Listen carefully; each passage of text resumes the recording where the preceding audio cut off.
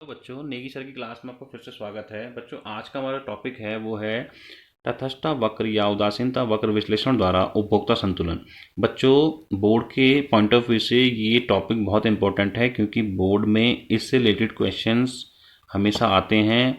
6 number के भी आते हैं और 4 नंबर के भी आते हैं। ठीक है, इस टॉपिक को क्लियर करने से पहले मैं दो चीज़ आपको रिकॉल कराना चाह रहा हूँ। वो है एक उदासीनता वक्र और एक कीमत रेखा या बजट रेखा। ठीक है, तो उदासीनता वक्र वह वक्र होता है जो दो वस्तुओं के उन विभिन्न संयोगों को प्रकट करता है जहां पर उपभोक्ता तटस्थ होता है या उदासीन होता है। इसको इंडिफरेंस कर्व भी बोलते हैं क्योंकि उपभोक्ता अपने वक्र से में प्राप्त सभी मंडलों में उदासीन होता है, इंडिफरेंस होता है। ठीक है, उसी प्रकार से बजट रेखा क्या है? बजट रेखा वह रेखा होती है जो दो वस्तुओं के उन विभिन्न संयोगों को प्रकट करती है जिससे उपभोक्ता अपनी दी हुई आय पर खरीद सकने के लिए तैयार होता है या तत्पर होता है। ठीक है, तो अब इस फिगर को ध्यान से देखेंगे, इस फिगर का हम एनालिसिस करते हैं। इसी के आधार पर हम उपभोक्ता के संतुलन की स्थिति को ज्ञात करेंगे। तो ये आईसी वक्र है और ये बजट रेखा है ए बी। देख रहे हैं आप, ए बी और ये आईसी वक्र। ठीक है, तो आईसी वक्र में दो वस्तुओं के विभिन्न मंडल हैं और उन मंडलों में से उपभोक्ता किस मंडल का इष्टतम चयन करता है कि जिससे उसको उपभोक्ता संतुलन प्राप्त होता है। ठीक है, तो यहाँ पर देखिए, बिंदु Q पर जो बंडल है वो 15 और 30 है और बिंदु Q पर ए बी जो बजट रेखा है उसका ढाल क्या है? px/py। क्योंकि मैंने आपको पहले ही बता चुका हूं कि बजट रेखा का जो ढाल होता है या स्लोप ऑफ टेंजेंट होती है, दिस बजट लाइन की जो स्लोप होता है वो क्या होता है? जो संबंधित वस्तुएं हैं इनकी कीमतों का अनुपात। तो संबंधित वस्तुएं कौन कौन सी हैं? एक्स अक्ष पर वस्तु x है और y अक्ष पर वस्तु y है। तो मानो वस्तु x की कीमत px है, वस्तु y की कीमत py है।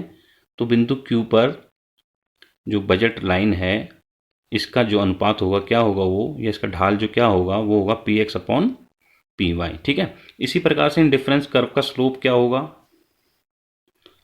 इन डिफरेंस कर्व का स्लोप क्या होगा? इन डिफरेंस कर्व का स्लोप क्या होता है? वो होता है MRS x फॉर y। क्योंकि मैंने जब आपको इंडिफरेंस कर्व कराया था तो मैंने आपको रिकॉल किया होगा कि जो MRS जिस आईसी वक्र का जो ढाल होता है वो क्या होता है? MRS x फॉर y, मतलब सीमांत प्रतिस्थापन की दर। इसको MRS x फॉर y भी बोलते हैं। तो बिंदु Q पर जो है, जो MRS x फॉर y है, MRS x फॉर y है, वो बजट लाइन के स्लोप जो कि px/py है इसके इक्वल है। ओके, तो संतुलन की स्थिति पर MRS x for y will be equal to px/py। ठीक है, क्योंकि जैसे जैसे हम वस्तु x की अतिरिक्त इकाई का उपभोग करते चले जाते हैं हमें y वस्तु की अतिरिक्त इकाई को त्यागना पड़ता है।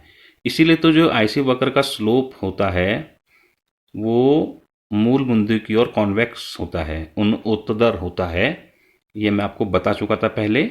ठीक है, तो इसका कंक्लूजन क्या निकला? कंक्लूजन इसका ये है कि संतुलन की स्थिति कहाँ पर बनेगी? तो संतुलन की स्थिति जो है वहाँ बनेगी जहाँ पर MRS x और y इक्वल px/py के। अब इस पर्टिकुलर फिगर की बात करें तो यहाँ पर जो बिंदु Q पर जो उपभोक्ता जिस बंडल को प्राप्त कर रहा है वो बंडल कौन सा है? वहाँ पर x वस्तु की 15 इकाई ली जा रही हैं और y वस्तु की 30 इकाई ली जा रही है। तो इसका मतलब 15 और 30 वह इष्टतम चयन होगा उपभोक्ता का, या इष्टतम बंडल का चयन है जहाँ पर उपभोक्ता अधिकतम संतुष्टि प्राप्त कर रहा है, या फिर यहीं पर जो है उपभोक्ता का संतुलन प्राप्त हो जाता है। ठीक है, इसको आप पढ़ें, इसका रिविजन करें। ओके बच्चा, थैंक यू।